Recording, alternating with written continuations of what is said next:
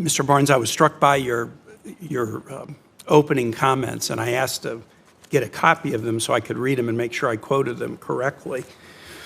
You state, and this is a quote from Secretary Rubio, "Our rights come from God, our Creator, not from our laws, not from our governments." I find that very, very troubling.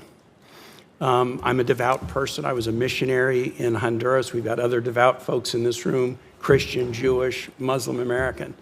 The notion that rights don't come from laws and don't come from the government, but come from the Creator, that's what the Iranian government believes. It's a theocratic regime that bases its rule on Shia law and targets Sunnis, Baha'is, Jews, Christians, and other religious minorities. And they do it because they believe that they understand what natural rights are from their Creator.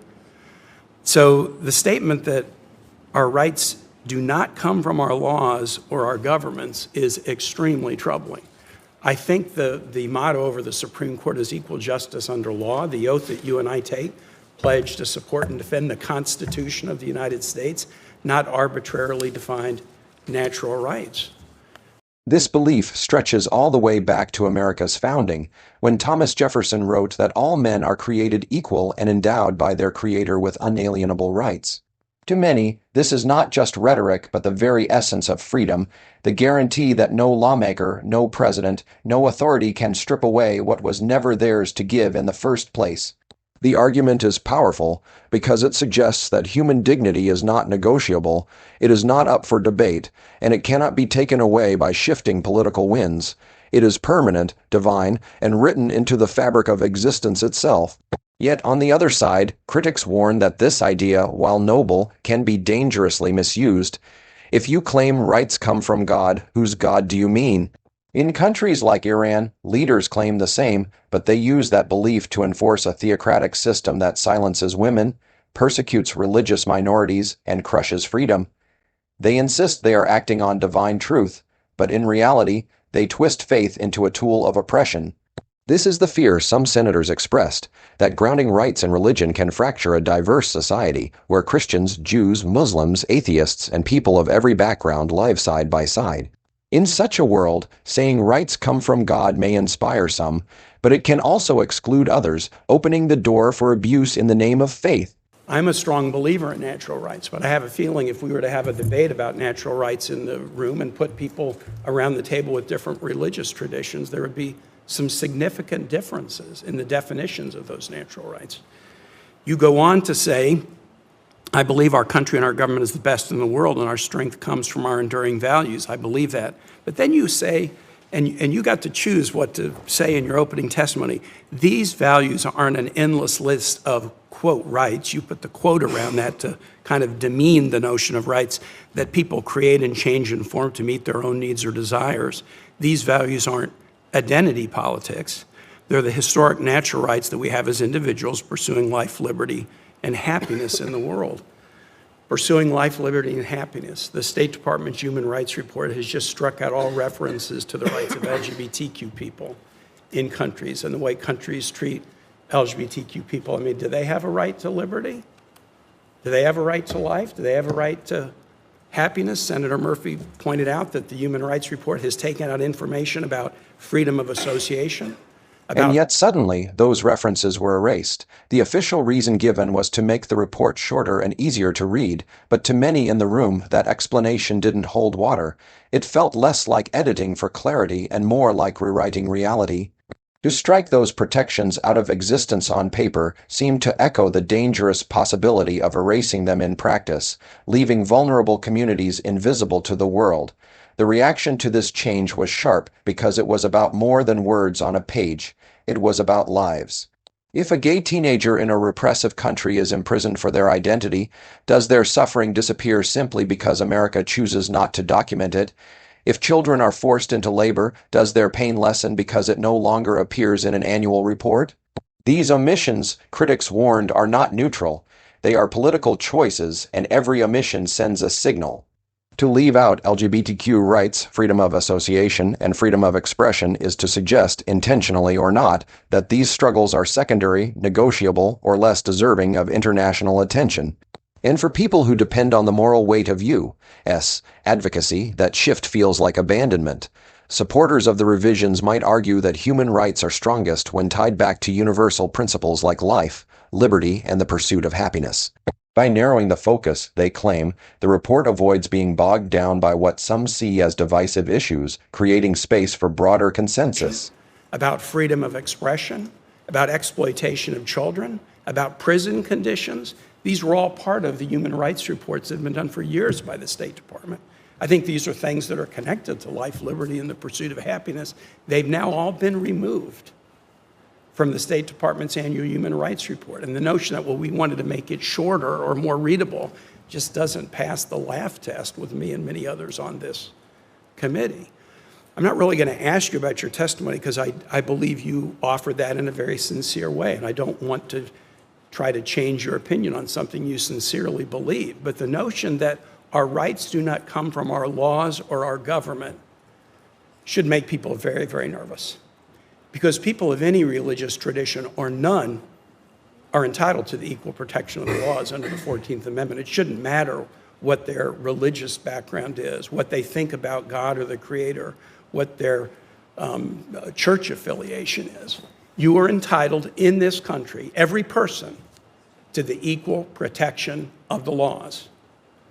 And so to demean laws and demean governments and suggest that rights don't come from laws and governments, I mean, again, I think there are such things as natural rights, and I try to live in accord with them. But I would never demean the law. We are a nation of laws, not men. Laws, not people.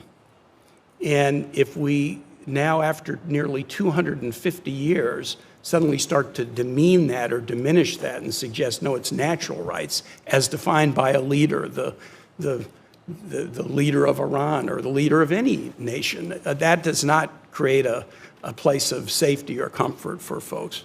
On one side, there are those who argue passionately that the Constitution and the rule of law are the ultimate safeguards of liberty. They insist that rights only have meaning when they are written into law, enforced by courts, and upheld without bias. This vision protects every citizen, regardless of their background or beliefs, by promising equal justice under the law. Without that guarantee, freedom becomes fragile because it depends on personal interpretations of morality that can shift from leader to leader or culture to culture. For them, laws are not just rules, they are the collective promise of fairness, binding an incredibly diverse nation together under one system of justice. But the counterargument rises with equal force. If we rely solely on laws, history warns us of the danger. Laws once upheld slavery. Laws once sanctioned segregation. Governments have often written injustice into their own codes, making cruelty appear legitimate. In those moments, it was the appeal to natural, God-given rights that broke through the chains of injustice. Abolitionists, suffragists, and civil rights leaders drew their strength from the conviction that human dignity is higher than any law, that freedom is not something handed out by rulers, but something every person is born with.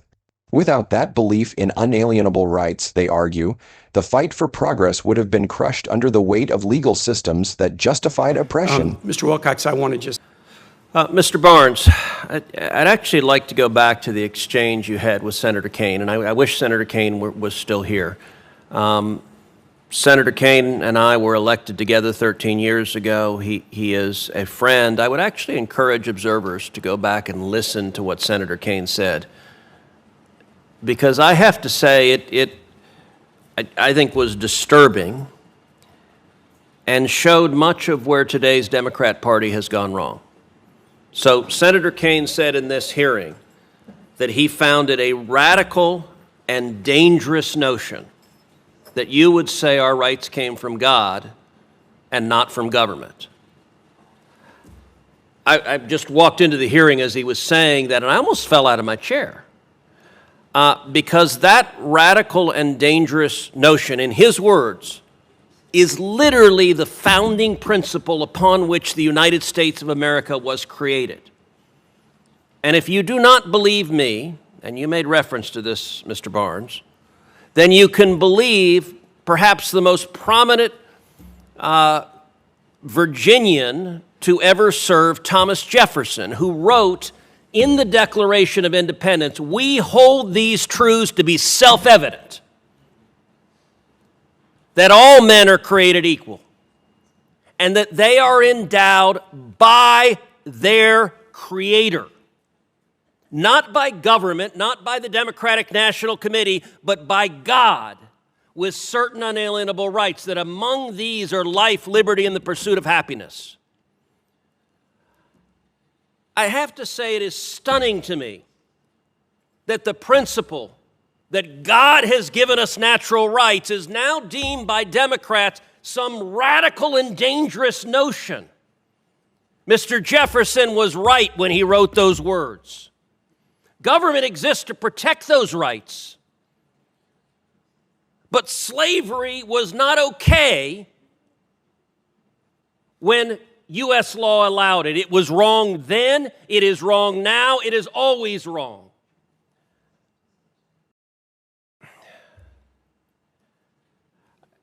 I guess I would just ask you, your role is going to be very much a role designed to defend human rights across the globe. Do you agree with what I just said? And what do you think about the concept that the founding principles of America are radical and dangerous? What do you think about that particular notion? Yes, Senator, I appreciate the question. And I'll just say, I think one of the ideas behind, we have a new office in DRL, Office of Natural Rights, post the reorganization. I think one of the ideas behind that is you actually have the most consensus behind these natural rights than the kind of, maybe hot button issues of the day. And so we should champion those. As Senator Kaine mentioned, all are created equal. We agree with that. That's in the Declaration of Independence, as is endowed by their Creator with certain unalienable rights. Thank you.